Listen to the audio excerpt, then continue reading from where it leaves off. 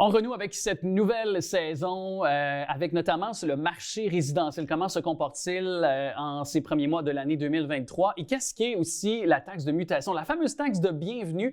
Il y a eu quand même quelques changements à certains endroits à travers le Québec. Qu'en est-il sur le territoire lavallois? On vérifie le tout avec notre courtière immobilière, c'est Myriam Gerbet. Salut! Bonjour. Merci d'être là encore une fois, Myriam. Début de saison, mais ça reste inchangé. Le domaine résidentiel sera encore un des sujets. Les transactions immobilières, un sujet de conversation très prisé en 2023.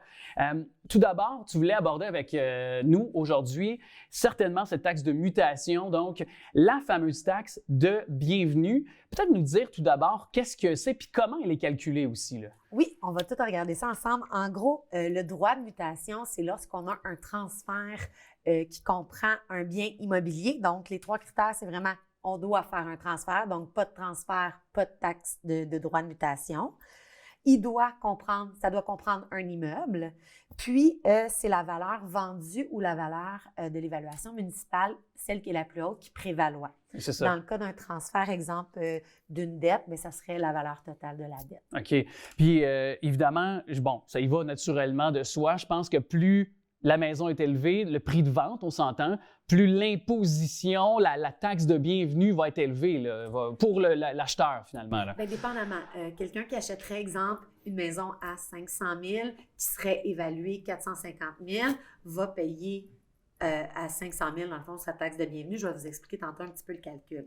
Si, exemple, la maison valait 500 000 puis lui, il l'achetait à 1 million, bien, il paierait la taxe de mutation sur le million, c'est ça. Avec certaines tranches d'imposition par rapport au montant qu'on va regarder tout de suite. Bien, justement, vas-y, comment on le calcule tout ça là, pour les gens qui nous écoutent actuellement? Là? J'ai fait un exemple pour Laval, dans le fond, pour un achat de 500 000. Donc, D'ailleurs, à 500 000 à Laval, c'est-tu le prix moyen d'une maison? Parce que là, on sait que ça a augmenté pas mal. Là. Les prix moyens ont quand même beaucoup augmenté. En ce moment, ce n'est pas le prix moyen. Je suis vraiment allée à 500 000 pour le bien de l'exercice, pour se faire un chiffron.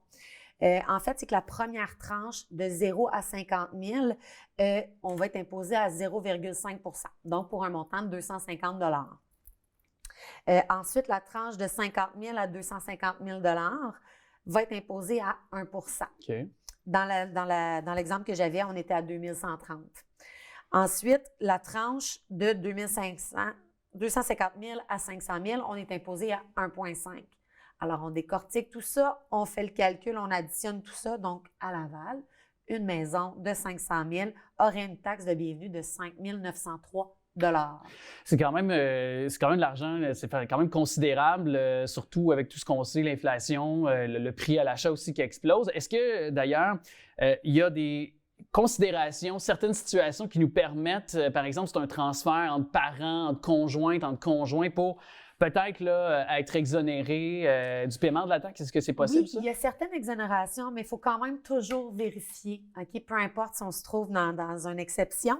Dans le fond, un couple marié qui, un des deux, rachèterait sa part ou comme ça, n'aurait pas de taxes à payer. Par contre, il y a un montant forfaitaire que les villes vont charger là, qui varie entre 200 et 300 $. Malheureusement, pour la paperasse, là, on n'y échappe pas. C'est ça. Donc, on ne peut pas s'en sauver en quelque sorte. Là. C'est ça. Un legs, un don.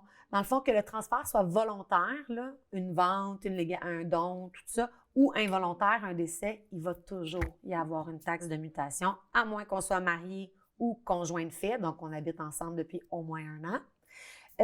Qu'on fasse le transfert à un parent, donc ascendant, descendant, parent, enfant, ou si on faisait un transfert à une fiducie de protection de nos actifs dont on serait les principaux propriétaires. Si on ne l'est pas, il y a d'autres choses qui s'appliquent, mais je n'irai pas jusque-là. OK. Ben, ça peut quand même tomber un peu plus technique, là, donc, dans certaines situations, on s'informe auprès de courtiers, justement, immobiliers, d'une courtière comme toi.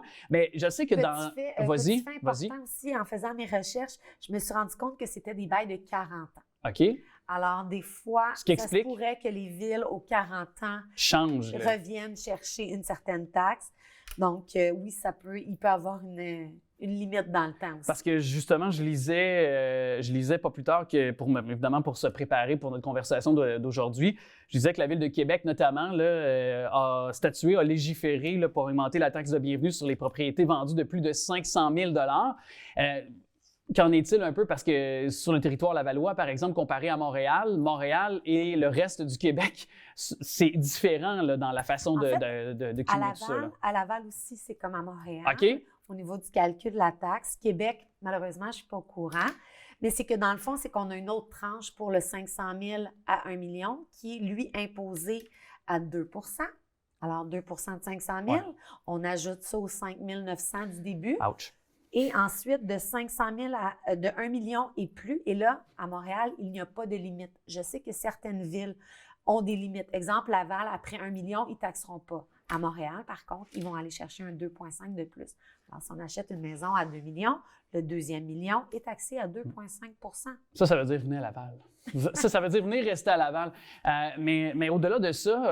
Mais ce qui est important de savoir c'est avec ça, là, justement. c'est que cette taxe-là, elle n'est pas finançable. OK. On ne peut pas la financer dans notre prêt. Alors ça, c'est une taxe qu'on reçoit généralement de 30 à 90 jours suite à l'acte notarié, donc après avoir passé chez le notaire. Et généralement, ça arrive très vite, dépendamment des villes. Et il faut le payer tout d'un coup. Je sais qu'il y a certaines villes qui offrent un mode de paiement allégé, mais c'est 1 ou 2 paiements. Là. On n'a pas... C'est ça, c'est pas pendant un paiement par mois. Là, pendant 25 ans, c'est pas ça. C'est ça, il faut comme vraiment vous payez le planifier. pour frais de cellulaire. Mais non, c'est ça. Et d'ailleurs, on s'entend là-dessus que aussi, lorsque de toute façon, on devrait, je pense qu'on doit le dire, mais un bon cash down, là, justement, prévoir aussi de l'argent pour un fonds sécuritaire, un fonds d'urgence. On ne sait jamais quand on tombe propriétaire d'une maison. Il y a peut-être des travaux à faire qu'on ne pensait pas, qu'on n'estimait pas. Même si on le fait des fois évaluer, on le fait vérifier par un inspecteur, il y a toujours des incontournables ou des choses qui sont difficiles à prévoir quand il est question d'avoir une demeure. Là. Bien, c'est pour ça qu'en fait, le cash down, on dit oui, on a besoin d'un minimum de 5 %, mais lorsqu'on fait une préautorisation, les banques, eux, ils vont aller chercher, ils vont s'assurer qu'on ait au moins un 7 à 8 % du prix d'achat en banque présentement. Pourquoi? Parce qu'on parle des frais afférents. La taxe de bienvenue, la taxe de mutation, ça fait partie des frais afférents avec l'inspection, le notaire, le déménagement, nettoyage des gouttières, assurance, changement des locks quand on arrive dans une nouvelle maison. Toutes ces petites choses-là, ça ne comprend même pas encore l'entretien normal et les rénovations qu'on a le goût de faire. Oui. Puis, je ne vous ai même pas parlé du déneigeur pour votre cour parce qu'on a eu des tempêtes de neige récemment. Ça, c'est un autre plaisir qu'on a en tant que propriétaire, justement. Merci beaucoup, Myriam. Merci, encore une fois, ça a été très éclairant. Merci beaucoup à toi.